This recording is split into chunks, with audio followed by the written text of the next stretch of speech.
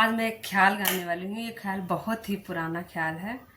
अगर अच्छा लगेगा तो लाइक शेयर कमेंट और चैनल को सब्सक्राइब करें। आई मंगन की रैन हो